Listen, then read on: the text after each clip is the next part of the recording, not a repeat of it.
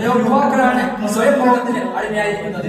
എത്രയോ യുവാക്കളാണ് അത് ഇച്ഛകളെ ആശ്വാസം കണ്ടെത്തുവാൻ വേണ്ടിയിട്ട് ഹറാമുകൾ കാണുന്നത്. എത്രയോ യുവാക്കളാണ് ഒന്ന് പ്രേമിച്ച് വ്യഭിചരിച്ചുമൊക്കെ നടക്കുന്നത്. ഇതിനൊക്കെ കാരണം എന്താണ്? വൈകി വിവാഹം കഴിക്കുന്നത് ആ ഒറ്റ കാരണമാണ്. പ്രിയപ്പെട്ടവരെ ഇതൊക്കെ നമ്മുടെ സമൂഹത്തിന്റെ വലിയൊരു മുസീബത്തായിട്ട് മാറിയിരിക്കുന്നത് അത് യാഥാർത്ഥ്യമാണ്. ഇതിന് കാരണം വിവാഹം വൈകിപ്പിക്കുന്നു എന്ന ഒറ്റ കാരണമാണ്. മാതാപിതാക്കളെ നമ്മുടെ നാടിന്റെ സംസ്കാരവും അവസ്ഥയും ഒക്കെ മാറിപ്പോയി. ഇവിടെ നോക്കിയാലും സ്ത്രീകളെ ഒരു അട്രാക്റ്റീവ് വസ്തുവായി കാണിക്കുകയാണ്. പ്രിയപ്പെട്ടവരെ, നമുക്കറിയാവുന്ന ഫോണിലാണ് ഏറ്റവും വലിയ ഫിത്നയുള്ളത്. പുറത്തിറങ്ങുകയാണെങ്കിൽ അങ്ങാടികളിൽ ഏറ്റവും വലിയ ഫിത്നകൾ നടക്കുകയാണ്. സ്ത്രീകളെ ഒരു അട്രാക്റ്റീവ് വസ്തുവായിട്ട് വെച്ച് എന്തൊക്കെയാണ് ചെയ്ത് കാട്ടുന്നത്? അത് മാത്രമല്ല, മ്യൂസിക് എന്ന പേരിൽ പോലും സ്ത്രീകളെ ഒരു വസ്തുവായിട്ട് കാണിച്ച് അതിന്റെ പേരിൽ സ്ത്രീകളെ മോശമായ രീതിയിൽ പാർട്ടികൾ ഇറങ്ങി അരങ്ങേറിക്കൊണ്ടിരിക്കുകയാണ്. പ്രിയപ്പെട്ടവരെ, ഇത് നമ്മുടെ യുവാക്കളുടെ മനസ്സിൽ പോലും ഇത് നിറഞ്ഞ് ഇത് അവർ മനസ്സിൽ പതിഞ്ഞിരിക്കുകയാണ്. പ്രിയപ്പെട്ടവരെ, നേരത്തെ വിവാഹം കഴിക്കാൻ നമ്മൾ ശ്രദ്ധിക്കേണ്ടതുണ്ട്.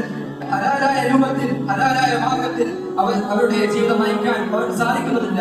കാരണം എന്താണെന്ന് ചോദിച്ചാൽ അതിനൊക്കെ കാരണം അവരുടെ മാതാപിതാക്കൾ തടസ്സമായിരിക്കുന്ന ഒറ്റ കാരണമാണ്. ഇന്ന് അവർ ഹലാലായ മാർഗത്തിൽ ജീവിക്കാൻ ആര് തടസ്സങ്ങൾ നോക്കിയാൽ അതിന് കൂടുതൽ തടസ്സമായിട്ട് നിൽക്കുന്നത് അവരുടെ മാതാപിതാക്കളാണ്. മാതാപിതാക്കൾ പറയുന്നത് നീ കൂടുതൽ സമ്പാദിക്കണം, നീ കൂടുതൽ സമ്പാദിച്ചു തരണം, എന്റെ സഹോദരനെ കെട്ടിക്കണം, എന്റെ സഹോദരനെ കെട്ടിച്ചയക്കണം, എന്റെ സഹോദരനല്ലേ അവന്റെ കല്യാണം കഴിഞ്ഞിട്ട് പോലെ നിന്റെ കല്യാണം നിനക്ക് അത്രയ്ക്ക് എന്താണെന്ന് അവന്റെ സഹോദരനോട് ചുമ്മാ വെറുതെ ഇരിക്കുകയാണ്. നിനക്ക് എന്താണ് എത്ര ചെയ്യുന്നത്? അവരോട് ചോദ്യങ്ങൾ ചോദിച്ച് അവനെ താഴ്ത്തുകയാണ്, അവരെ കളിയാക്കുകയാണ്, അവരെ പുച്ഛിക്കുകയാണ്. പ്രിയപ്പെട്ടവരെ, നമ്മുടെ നാട്ടുകാരും അവർ പിന്നെ പറയുന്നത് എന്താണ്? നമ്മുടെ കുടുംബക്കാർ എന്ന് പറയും, നമ്മുടെ നാട്ടുകാരെന്ന് പറയും, നമ്മുടെ അയൽവാസികൾ എന്ന് പറയുന്നത് ഓരോ ചോദ്യങ്ങൾ നിസ്സാര കാരണങ്ങൾ പറഞ്ഞ് വിവാഹം വൈകിപ്പിക്കുകയാണ്.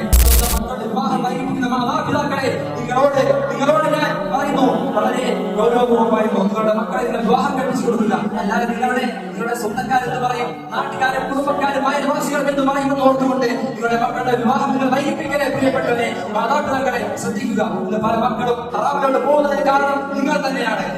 നിങ്ങൾ കാണിക്കുന്ന നിങ്ങളുടെ കുടുംബക്കാരെന്ന് പറയുമെന്ന് ആ പരാതിയാണ് അവരെ ഈ നിലയ്ക്ക് എത്തിക്കുന്നതെന്ന് നിങ്ങളെ ഓർമ്മിപ്പിക്കുന്നു.